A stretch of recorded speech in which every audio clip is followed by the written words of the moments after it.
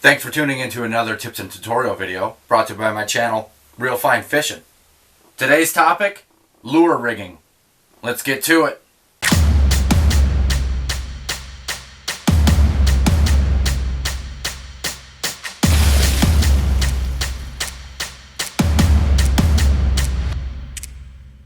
So I had a couple guys reach out to me asking about different types of lure rigging, and I would like to take a moment to give a shout out.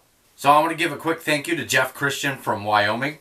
You got some sick lures coming out. I can't wait for you to get all set up and ready to sell your product. You got those color changing creature baits. You got very, very tight lures. They look like they came straight out of a factory. They look great, man. I can't wait to get some and try them out. Also, thank you DJ King from New York. I really appreciate you guys watching my stuff and coming to me for any type of questions or topics or discussion. And thanks to both of you, it's inspired me to do a tips and tutorial based on different types of rigs for lures. I'm very happy to give both of you a helpful hand, as well as everyone else. I would love to be a part of making everybody's fishing experiences much, much better. So let's get to it. Okay, so here I have 5 different rigging setups. I'm about to show you the process of each one. So first off, Texas rig. I would say that this is the most used, but also the most requested. So I'll show you guys how to do that right now. I'm going to have a wide gap hook setup and a worm hook setup for Texas rig. You can use that for Senkos, frogs, pretty much anything. You can even use it for this creature bait right here, this Swimbait, etc. So let's get right into it. I'll start off with the frog. Now I'm going to use this paper towel to give better contrast so you can see what I'm doing. So this is the top of your frog right here. You want to have the bottom facing up. See this elbow right here? That's where you're going to start with. See how I'm holding it like so? So you're going to take your bottom, feed it in the middle of the nose until you reach that edge right there. Then you're going to bring it in towards you. Have it out like so. Bring it down. And see this other elbow right here? That's where you're going to stop. So bring it right through. Okay, now you should have something that looks like this. At this point, you're going to bring it through and twist it to have your hook facing the bottom of the lure. Now what you're going to do to get that over the hook is mush this in just a little bit, like so, and make sure you're in the middle, and then your hook is going to come out just like that. To make this weedless, you're going to take the body of the lure,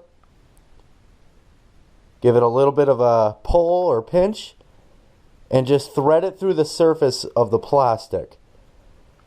And there you go. Weedless frog. Now I'm going to show you with the Senko. Same process. So this is your top of your Senko right here.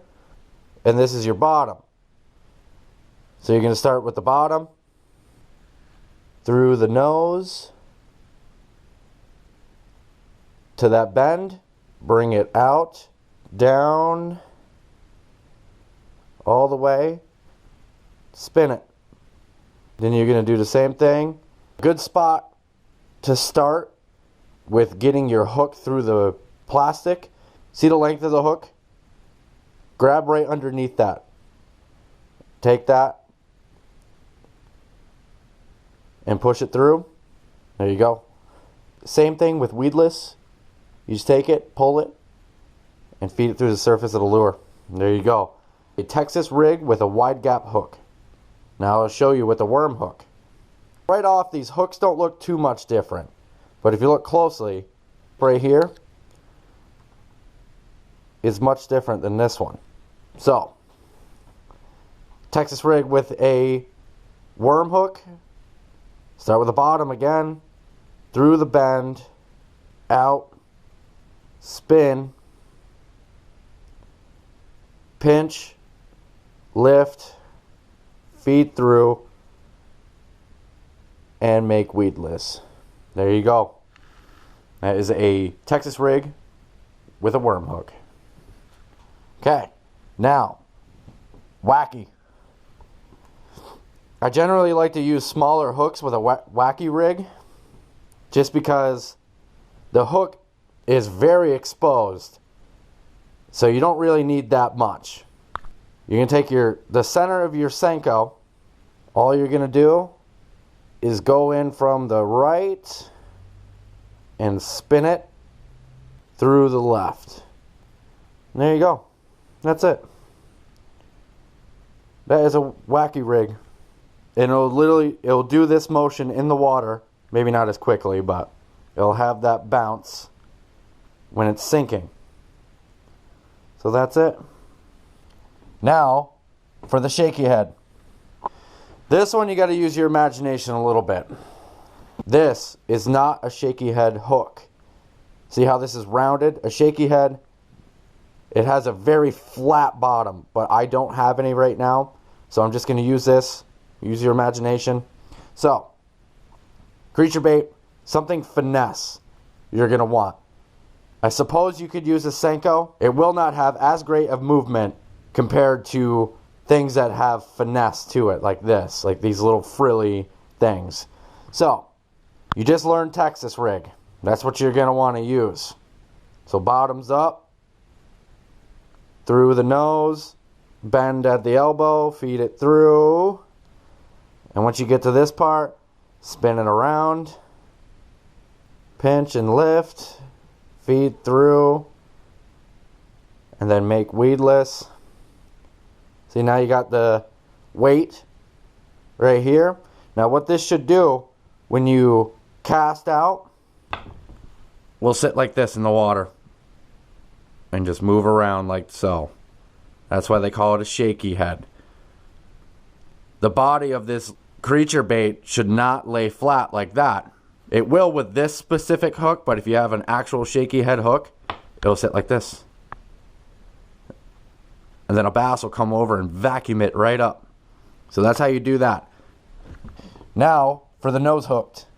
Again, I like to use a smaller hook because it is exposed. You can use this for pretty much anything. Swimbait, Senko, frog, don't matter. Pretty much any soft plastic you can use with a nose hook. So what you're going to do is start off with your Texas rig. Feed it through the nose and out. And then you're done. That's it. It's like a quarter of the process of the Texas rig. You can have this on the bottom or feed it in through the top. It depends. That depends on what lure you're using. With a swim bait, you're going to want it coming out from the top. But with a Senko, you can put it in either way. Now on to the weight or weighted hook. Now these have these little spring looking things that come to a point. What you're going to want to do is take the nose of the bait and twist this spring on just like so. Bring it all the way in and make sure that your Senko is oriented so you still got the bottom facing down. Then take the length of the hook, pull up, feed through, then make weedless. Then you have a weighted Senko. I mean, this is a little bit bulky, but I've had some luck on it. And there you have it. Texas rig, wacky rig, shaky head, nose hooked, and weighted. I would say that I use Texas rig the most. For some of you that have watched my fishing episodes, you see that I'm using Senko a lot. And frog. Those are all Texas rigged. Keep in mind that some of the rigging depends on where you're at. Now, if you're in a very marshy area and there's a lot of lily pads, then you probably don't want to use the wacky rig or even the nose hook. Because that hook is exposed. You kind of want to stay weedless. But if you're out in open water, not a lot of structure or weeds, then you can use all of those rigging setups. And if you're wondering on how to tie a good knot, I have 2 videos for that so far. I have the Palomar knot and the Una knot. Also, if you have questions about which line to use, I have a video about that too. Now it's time for the tip of the day. So, these are waders. You wear these out in the water. Makes it easier to get out to spaces that you can't on land. And I also think it helps with keeping bugs off you. They can't get to you when you're wearing these.